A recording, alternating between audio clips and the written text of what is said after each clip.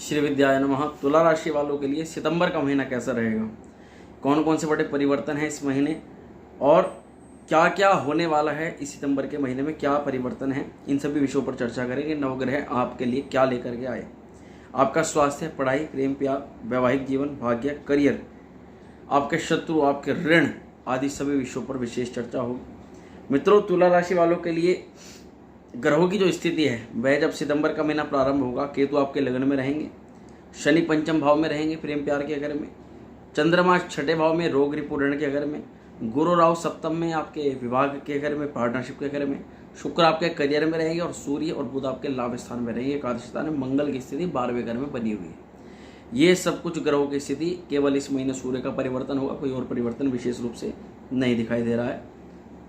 मित्रों, बात करते हैं कि सितंबर के महीने में विशेष रूप से आपका स्वास्थ्य कैसा रहेगा।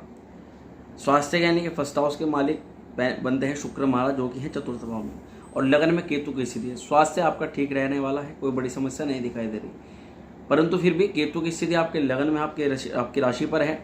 ओवर थिंकिंग से आपको बचना है, ज़्यादा विचार नहीं करना है, ज़्यादा सोचना नहीं है, कार्य करना है उसमें किसी की सलाह लेके कर लीजिए। आपकी समझ में आ रहा हो तो आप कर लीजिए, नहीं तो हेडेक, माइग्रेन या थकान से संबंधित समस्याएं कुछ हो सकती हैं, बाकी वो बड़ी समस्या नहीं दिखाई दे रही है।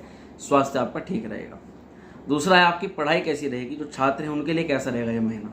छात्रों के लिए पंचम भाव में शनि की स्थिति है, कुंभ राशि पर बहुत अच्छी स्थिति दिखाई देती है, क्योंकि राशि का पंचम भाव का जो मालिक है वह पंचम भाव में ही है, यानी कि हाउस का जो लॉर्ड है वह हाउस में ही है, और जब घर का मालिक घर में होता है तो अपने घर की स्थिति को बेहतर कर देता है। तो यहीं पर आपके जिन लोगों के एडमिशन से संबंधित प्रश्न हैं या पढ़ाई पर फोकस को लेकर के कोई क्वेश्चन है, वहीं करियर सिलेक्शन को लेकर के कोई क्वेश्चन है, करियर, पढ़ाई या फोकस से संबंधित किसी प्रकार की दुविधा या समस्या आ रही है, उस समस्या से निकलेंगे, उसमें आपको अच्छे बेनिफिट देखने के लिए मिलेंगे। साथ ही बात करें प्रेम प्यार की, क्योंकि पंचम भाव से ही आपके लव रिलेशंस को देखा जाता है। पंचम भाव के मालिक जैसे कि शनि महाराज की स्थिति पंचम में ही है, परंतु लव के लिए या प्रेम प्यार के लिए शुक्र की स्थिति को देखना बहुत ज़्यादा जरूरी होता है।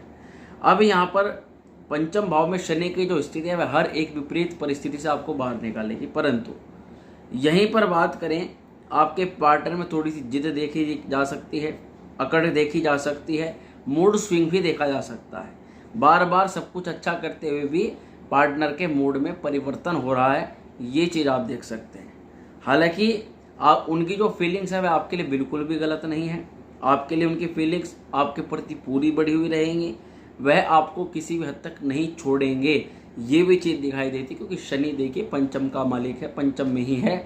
व्यक्ति अपने पार्टनर को छोड़ करके कहीं नहीं जाने वाला है। ऐसी परिस्थितियाँ यदि बनती हैं तब भी ऐसी परिस्थिति केवल प्रतीत होंगी, बाकी आपका पार्टनर आपको नहीं छोड़ेगा, दिल और दिमाग से एक दूसरे के साथ में रहेंगे, ये स्थिति थोड़ी सी दिखाई देती है। वहीं बात करते हैं वैवाहिक जीवन की। सप्तम भाव से पता लगता है वैवाहिक जीवन का।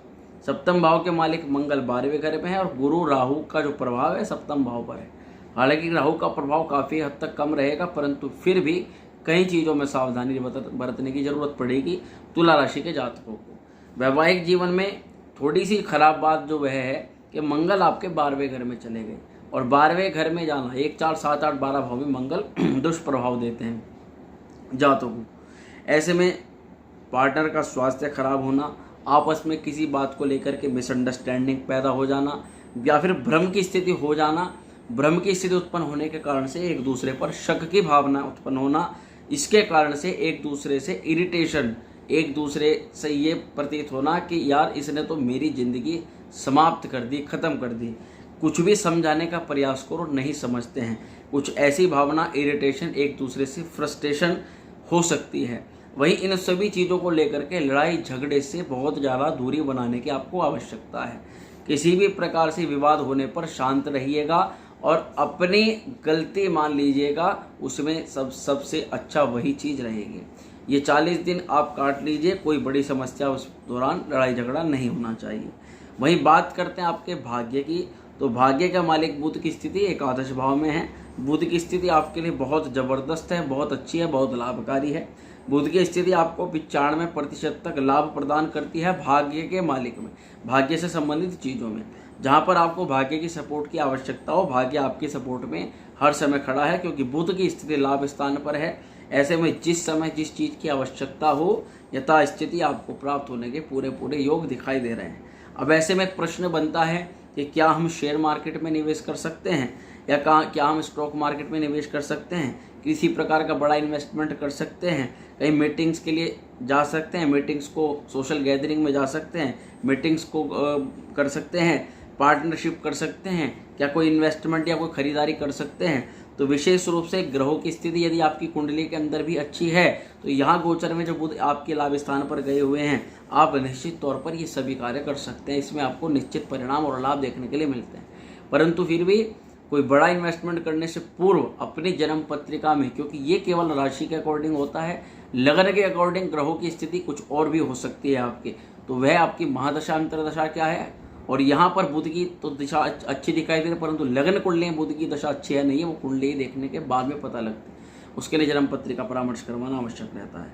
वहीं करियर से संबंधित चीज़ों के ऊपर बात करें तो करियर में काम का बोझ ज़्यादा रहेगा। शुक्र की स्थिति दशम भाव में है, काम की कोई कमी नहीं रहेगी।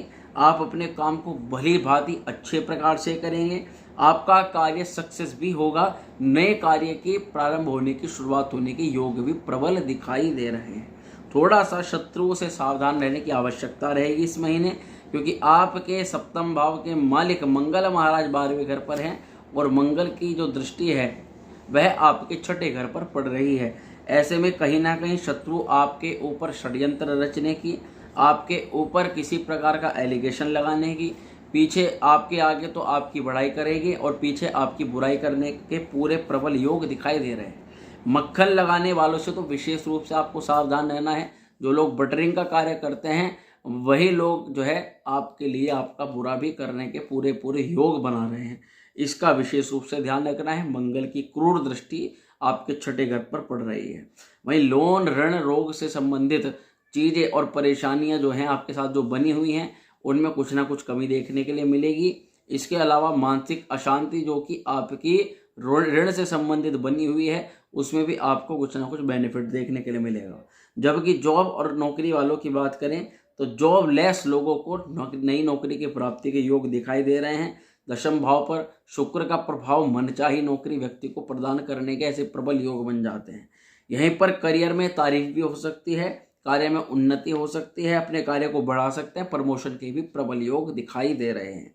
व्यापारी लोगों की बात करें तो व्यापारियों को थोड़ा सा ज़्यादा आवश्यकता पड़ेगी मेहनत करने की, क्योंकि आपके सप्तम भाव जो कि डेली इनकम के मालिक होते हैं, मंगल महाराज भी 12वें घर में बैठे हुए हैं, तो व्यापार की स्थिति थोड़ी समस्याजनक रह सकती है। सप्तम में राहु का प्रभाव है, सप्तम के मालिक मंगल 12वें घर में गए हुए हैं। व्यापार में किसी व्यक्ति विशेष से लेकर किसी कंपटीटर को लेकर के बहस के योग बन सकते हैं, चिंताएं सता सकती हैं, परंतु व्यापार जो है वह ठीक चलेगा क्योंकि बुध की स्थिति आपकी अच्छी है।